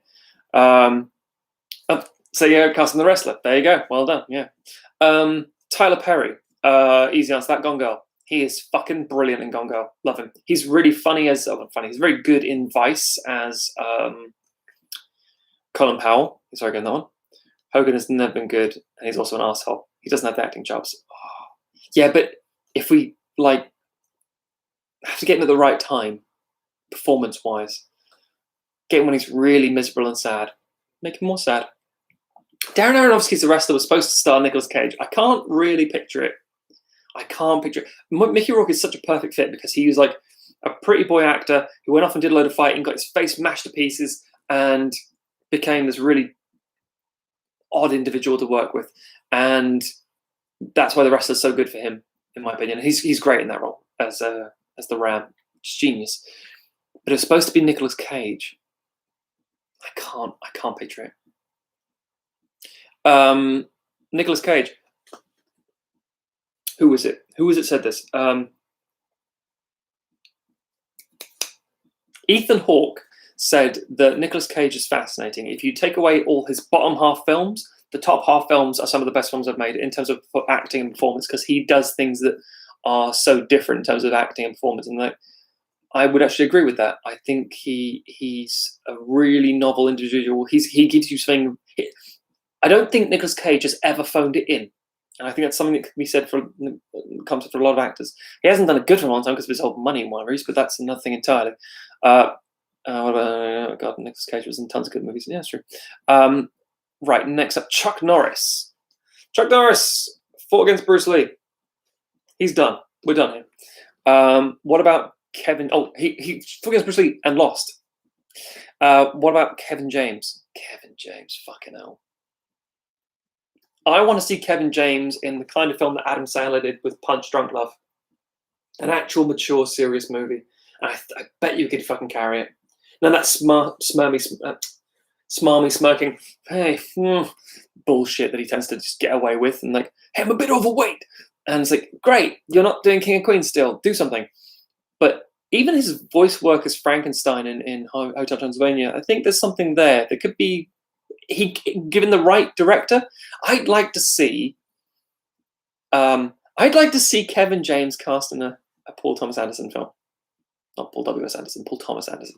That'd be really interesting. What biopic would you like to be made?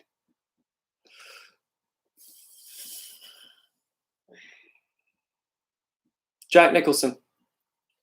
I'd like to see a biopic about Jack Nicholson's life. His life is fantastically weird and very interesting. And he's the kind of guy who just, other than his love of fucking basketball, who would literally cut you up in traffic. And, if you cut him up in traffic, he'd pull you over and he'd get a baseball and smash his car. And New York or Hollywood, where he was living at the time, would be like, that's Jack, what are you going to do? So weird. Such a weird personality. Such an amazing individual and easy to mimic. I think it'd be quite interesting. Adaptation, Face Off, Bad Lieutenant, Leaving Las Vegas, Raising Arizona, fantastic Cage films. I agree entirely. Rob Schneider, fucking hell. Rob Schneider. Okay. No, I can do this. There's something Rob Schneider has done that is probably okay. No, there you go. Let's do it fine. Rob Schneider in Demolition Man, where he's just an annoying little shitty sidekick to not even a sidekick, just a tiny extra support who comes in a little small, little energetic, and runs away again, but also not offensive as he is in most other things he's in. Not like repugnant as a human being, but just enough to do what he needs to do, then fuck off. So that's why I think he should be kept as. Also, you can do it. Maybe just them, a couple of those performances. LL Cool J. I would like to see him in a monster movie. I'd like to see him in something like a Godzilla film. I know he's I feel he was in a monster film. I can't remember what it was, but I think he could do something like that. Be a good supporting role as a militaristic man. I think he'd be quite good. Let's see what next. Peter Dinklage, great in TV, but I can't think of him as good for a film. Station Agent is great in that. Just really small, simple stuff. But the problem is, because of the nature of Game of Thrones, he's been elevated, and because of that, it's like, oh, slap him in a leading role. It's like, yeah, he's a good actor, great, but he needs dramas. There's a film with, oh shit, is it Greg Kinnear? No, I'm not sure. It's a film with Dinklage and a few others about people in an institution who all believe they're Jesus. I'm going to find out what it's called.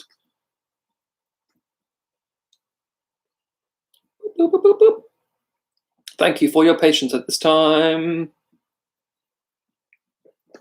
The film is called Three Christs. It's not good, apparently, but I don't care. It stars Walton Goggins, Bradley Whitford, Peter Dinklage, and Richard Gere, about three patients in an asylum who think they are Jesus. I mean, that's an astonishing elevator pitch. I don't know if it's good or not, but it's not obviously good at all. But that's interesting. Okay. Yeah, Station Agent. I agree. Homeland 2 was okay in there. Okay. 50 Cent. Again, with Tommy Wiseau, it's not an actor. But I think 50 Cent's good. I think he could be a good supporting role. Somewhere small in the background where he doesn't have to actually do too much. It's not sounding insulting. Just give it a bit of time. I think that'd be all right. Shaq. Fucking hell. Nope. Deep Blue Sea, yeah. Shaq, worst actor ever, yeah. Dinklage was great in Death at a Funeral. I assume we're talking about the first Death at a Funeral, not the remake, because the remake was kind of boring. And that sounds like a stupid thing to say because it's the exact same film, but it was. It didn't land as well as it should have. Dolph Lundgren, Creed 2 is the answer to that one. He's great in Creed 2. Really interesting. And he's really good, obviously, in Ivan Drago in the first in Rocky 4. He's great in that, but he was really good in Creed 2. Which A-lister actor besides Amy Adams do you just not get?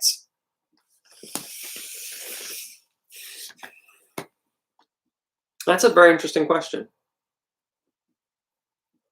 Because there aren't many. Because as for the aforementioned reasons, the idea of like, oh, I think anyone can be good. I don't like how Ebert likes the US version of Death at a Funeral better than the original. Because he had weird, every now and again, you could be right and wrong, but, opinion is subjective and all that sort of stuff, but fuck me, who knows. Right, actors I don't get on with. There must be a few. There must be a few more. But again, I'm always hopeful that when I see them, I'll be like, maybe this is the one that sways me. Maybe that makes me think it'd be a good performance. I don't know. Yeah, genuinely nothing leaps to mind. Like immediately leaps to mind. What about you guys, by the way? Do you have an actor that you're not a fan of? Anyone you like? And I don't mean like we've discovered now, like Rob Schneider being, an abhorrent human being, that kind of stuff, or Jamie Kennedy, or Tom Green if he's still around. But someone mainstream, someone big, people like Tom Hardy, Jared Leto, there you go. Because I know Jack is not a fan of Tom Hardy.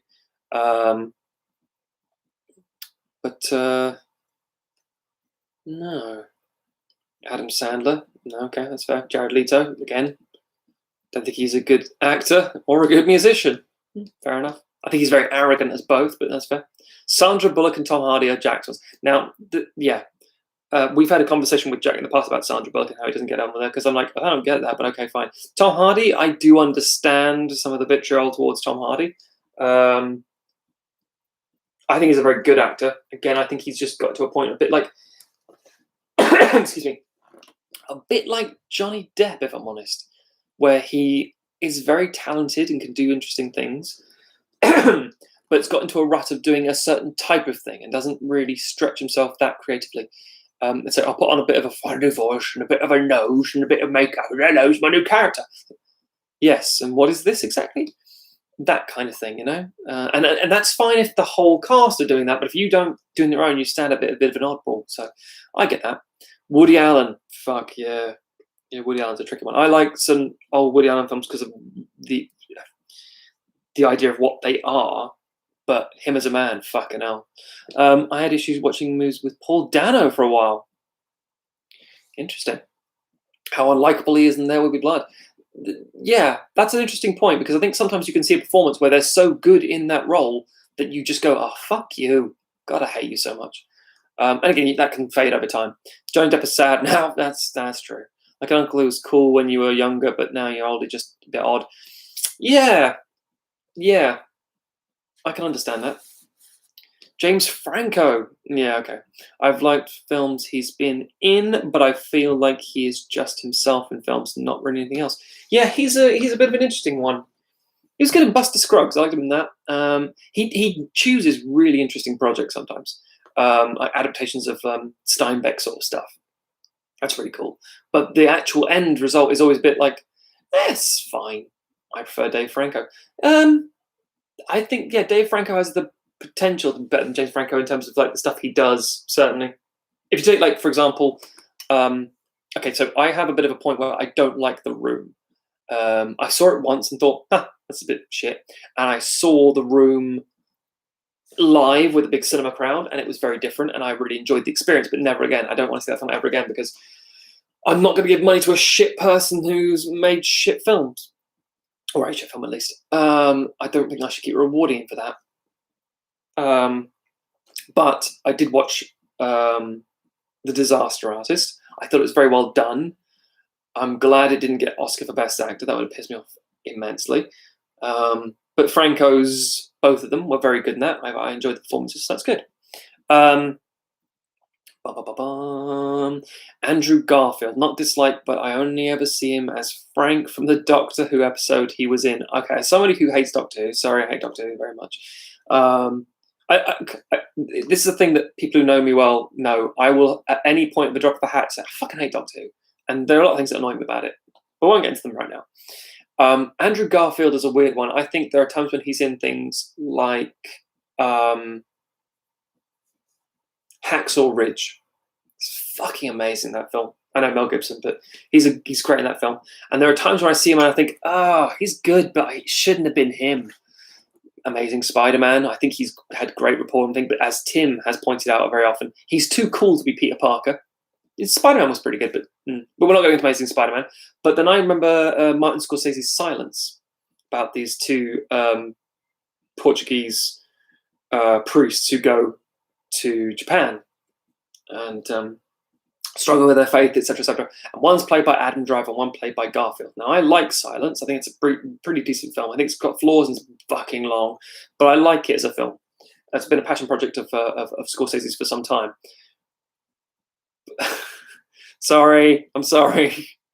I'm literally just apparently getting there before you can get to it. So yes, the point is, Driver and Garfield are cast in roles, and Garfield is the lead and Driver is a support, and it's interesting to see what they do. But if those roles were reversed, that could have been so good. I think that genuinely would have been astonishingly good. What else have we got here other than that? Seth Rogen. Jack does a good impression of Seth Rogen's laugh. He does it quite well and does it frequently on the show.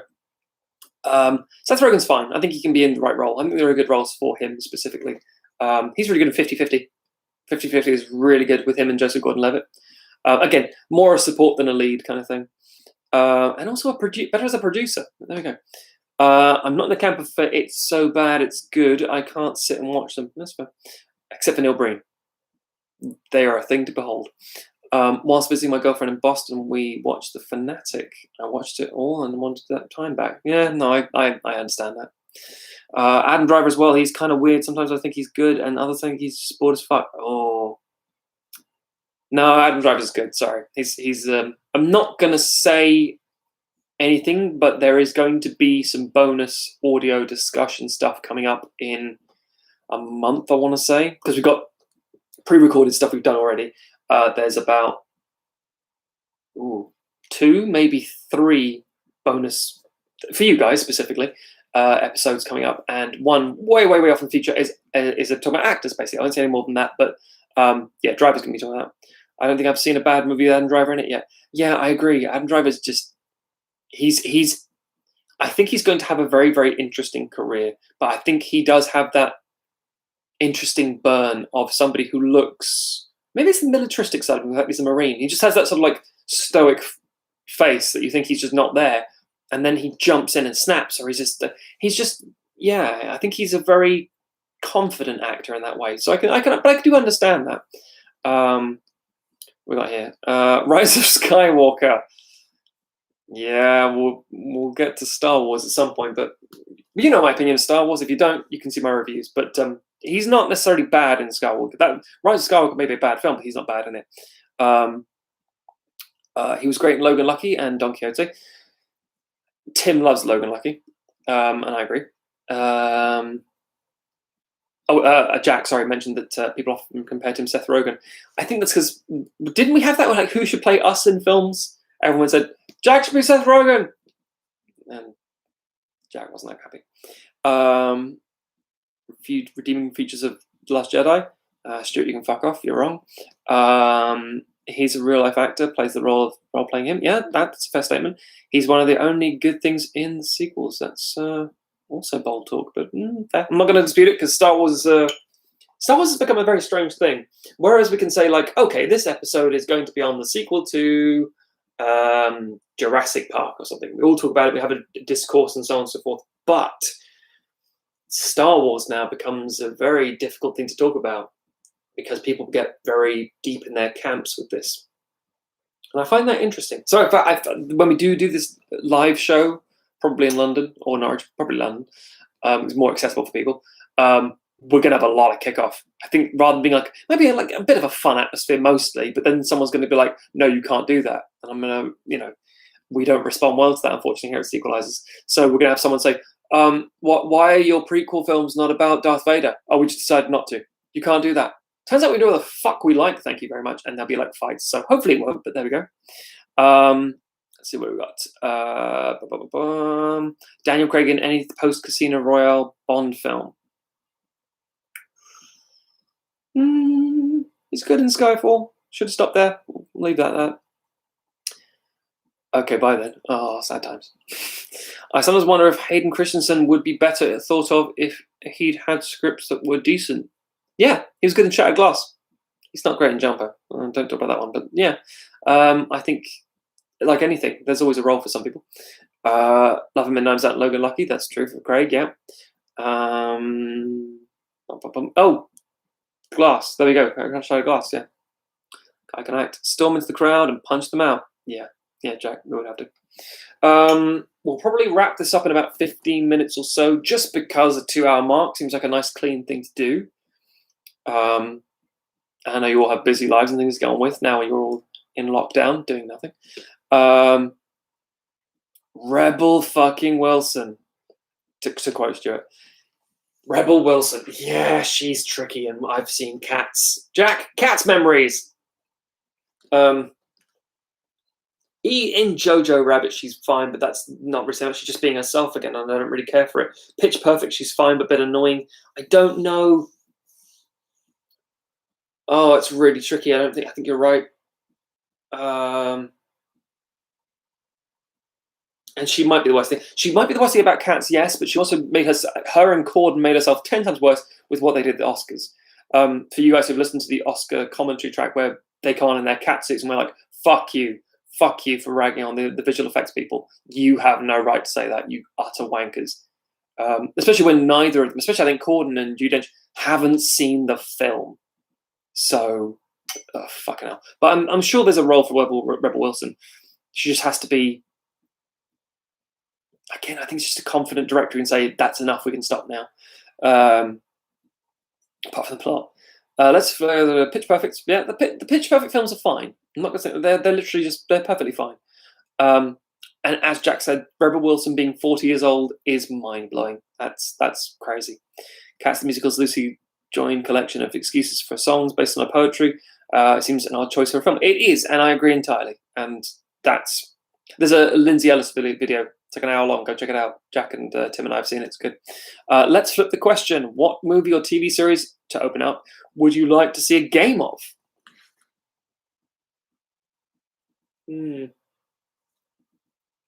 What movie or TV series would you like to see a game of? I don't know if there have been lots of them that have been adapted very well, unfortunately, because usually they're rush jobs trying to make it into a thing or trying to bounce off a film that don't work.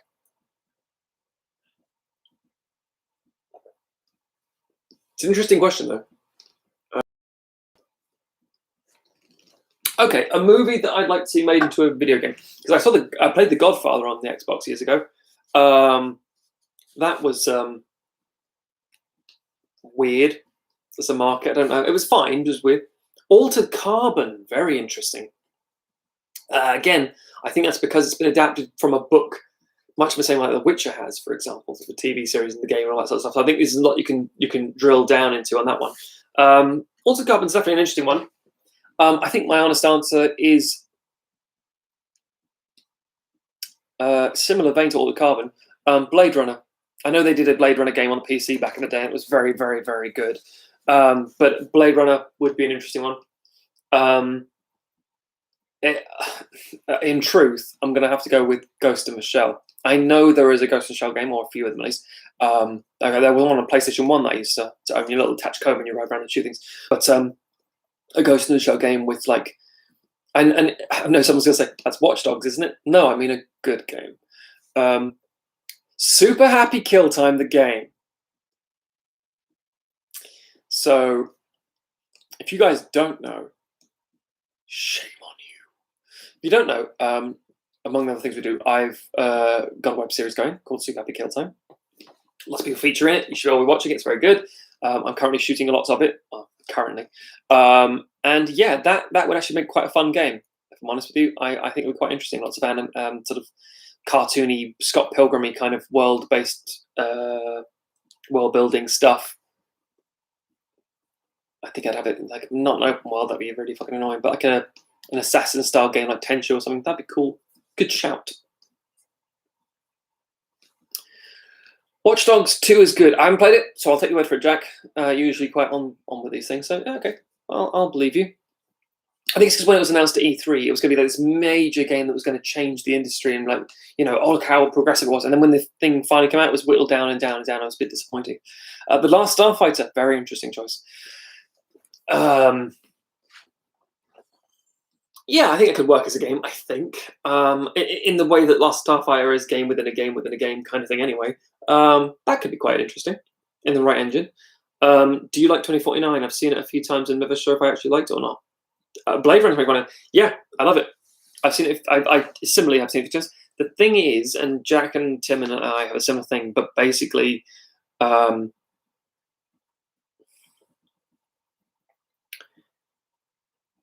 we really love Denis Villeneuve. I think he is a frankly flawless and very interesting director, and will go on to be one of the greats, in my opinion. Genuinely will. But his style is divisive. His pacing can be very divisive. And I think ultimately 2049, much like the original Blade Runner, it will always cut people. Some people watch Blade Runner, the original, and go, this is fucking dull, stupid, I don't really get it. Some people, because it's got so much connection to the previous one, it's hard to go into. But I personally still really enjoy it. I don't know if we're getting a third one or not, ever. I don't know if I want a third one ever or not. But I like 2049 a lot. Hitman-style Oceans game. That's interesting. Heist stuff is usually a side mission. Then I think like Grand Theft Auto 5 or excuse me. I liked. There we go. I did see Heat done in the Payday style. Payday where they were like rob banks and stuff like that for Heat. That'd be interesting. Breaking Bad has a bloody terrible mobile game. Oh yeah, I can imagine. Resource farming nonsense. Blade Runner is my second favorite film of all time. Okay, well that makes sense. Off the genre-defining Tron Legacy. That's bold, confident talk. As do most things these days. Yeah, I think that's a terrible mobile game. Because again, that's rather than creating an actual game for a console, that's a lot of effort, a lot of time. What you'll end up getting is like something like has a property that like, oh, I can't believe they're doing this. It's interesting. Like the Friday the 13th one, you think that's an odd choice. Or you get like just a rushed mobile game to tie in with something, and it's surprisingly fine. A lot of anime do that. Or it's shit and disposable. I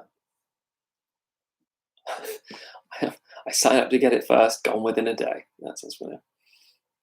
Tron Legacy, #1 film ever. That's goddamn, guys, come on. Yeah. Okay. Oh, there's difference in films between good and enjoyable. Ghostbusters 2, for example, is not good, but I do find it enjoyable. I actually completely agree with that, and I have to remind myself that when I'm reviewing films. I try to put, sometimes I'll put this into the review itself, where I'll say, I really enjoyed this film, I liked it a lot, but it's not good. Or alternatively, I didn't enjoy this film at all, but I can understand why it's a functionally very well made film, that kind of thing. Lord of the Flies is Battle Royale. Jesus. It's interesting. Lord of the Flies is one of my favorite books, so I think you'd have a real hard time getting that past censors and say, what's the band? Well, okay, you play as a bunch of little boys on an island. Okay. How old is boys? Preteen. Okay. And some of them, some of them just get beaten up and stuff. Okay. What about the other ones? They got sticks, and they hunt them. They hunt each other like pigs. Right. Maybe get past that. What else we got here?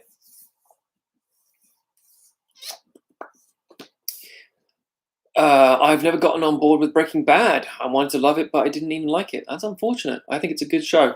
Slow. I think I've seen it whittled down into like a very, very refined version that's only like 4 hours long. That's worth watching. A decent open world Terminator game would be interesting. Terminator is a tricky one, man. Because the novelty of Terminator, in my opinion, is the chase. And if you're not being pursued, you lose a lot of that energy. The world building's fine. If you like have a war game that's set in like the Future Wars or something, it's a bit difficult. And again, what do you do? Do you have like a Resident Evil thing with Mr. X just stalking you, like it's impossible to kill thing, as a Terminator should be? Or do you have it that a Terminator can be killed with the next amount of shots? In which case, they're not much of a threat. So, interesting. Have a time travel mechanic. Okay, 2 versions of the city, post-apocalyptic, pre-apocalyptic. That's quite interesting. Are there any films you think would have worked better if they were a TV series instead, or vice versa, a series that would have been better as well? Yeah, tons, genuinely tons. So much so that I think this might be one of our discussion points for an inter-season chat, because all too often we think to ourselves, this is great, but we need to have time to really develop the characters, the building, and that kind of stuff. So I think, without meaning to just dismiss the question, I apologize, but yeah, there are a shit ton. Nerdcube's Terminator-style GTA matches with in the Littlewood was fun to watch. I haven't seen a lot of Nerdcube stuff. Shit, have I met Dan? I feel like I have at the YouTube Centre in London once, when recording for some Barsh and stuff with Stuart. But it was a long, long time ago if I have. Alien Isolation style Terminator game. First of all, brilliant idea. I love Alien Isolation. That's a fantastic game. It's one of my favorite Alien sequels, if I'm honest. Really love that game. And that for Terminator, that's actually quite interesting. That could be one, really. Red Dragon worked better as the second half of Series 3 of Hannibal. Yeah, that's fair. I don't have any problem with that. That's a good shout. Be awesome. Right, well, we'll wrap it up soon then, just so I can get some food because I'm hungry. Hope you all enjoyed this so far. Again, this is a test. This is the first one. There'll be lots more of these. I know we've had them on the Patreon for some time now as something we wanted to do. We have obviously the technology and the abilities. The problem is we don't have the other people. And it'd be nice to have this. We'd like to get John Scarrett on at some point as well, have him talk about things and so on and so forth. As said earlier, we'll release those poster pictures later. You get a good look at them, and they are very, very good. And yeah, it was rubbish. I should take my custom elsewhere. Well, you can fucking try. See what you get. So yeah, we'll give it a go. And as I say, we'll come back with another couple of these. Maybe we'll do Jack next in his living room. Give you a tour of his thing. I agree. 6 out of 10, Matt. You know what? I'll take that 6 out of 10. That's above average. I'll take it. And maybe Tim or something like that. I'm sure if we do one with Jack, it'll just be Jack and his cat. And that will be the highest rated thing on the internet ever. Cool. Thank you very much, everybody. Stay positive. Stay safe. Stay inside. No. I hope everyone's always keeping very sane with all this stuff. I mean, as an introvert, I'm like, this is great. I'm working from home now, thankfully, so I'm all right. But at the same time, I know a lot of extroverted individuals and things have difficulty. So hopefully the stuff we're punching out, a bit of a distraction. So that's good. pour the milk. Damn you, John! Just pipe at the last minute. I'm not going to pour the milk on myself. Freak. Oh, fucking hell. This is how it ends. Lord of the Flies, isn't it? Kill the pig, pour the milk. Anyway. Thank you, Matthew. Thank you, Jack. Thank you, Tim. Thank you, everyone else. Thank you, Andrew. Thank you very much for turning up. I appreciate it greatly. Thank you all for your patience, and thank you for doing this. We'll do another one. Let you know well in advance. We'll also, this video will still be on the YouTube, so you can watch it back and things like that. So that's all fine. Like anyone would want to, but at the same time, there'll be different chats, different bits and things. So hopefully, once this is all passed by and we're all back to normal, it'll be the three of us, and we'll be hopefully much more entertaining than just me in solitary. But thank you very much for attending, everybody. We'll see you all for the next one. And now, the best thing to end a stream, someone just doing this. How do I turn it off? Do I click here? So let's have a look. Check out Transistor, Matthew. I will check out the music. Hang on. I don't want to forget. I'm going to check out the music for Transistor right now. And then I will check out the game, or at least investigate the game, because I'm already knee deep in game stuff I'm trying to get through. Transistor. Got it. Cool. Thank you. Right. See you all later. Thank you very much, everybody, for attending and things like that. If you look under your seats, you'll find nothing. Right. So end stream button. Let's see if we can do this. Did it end? Did it end?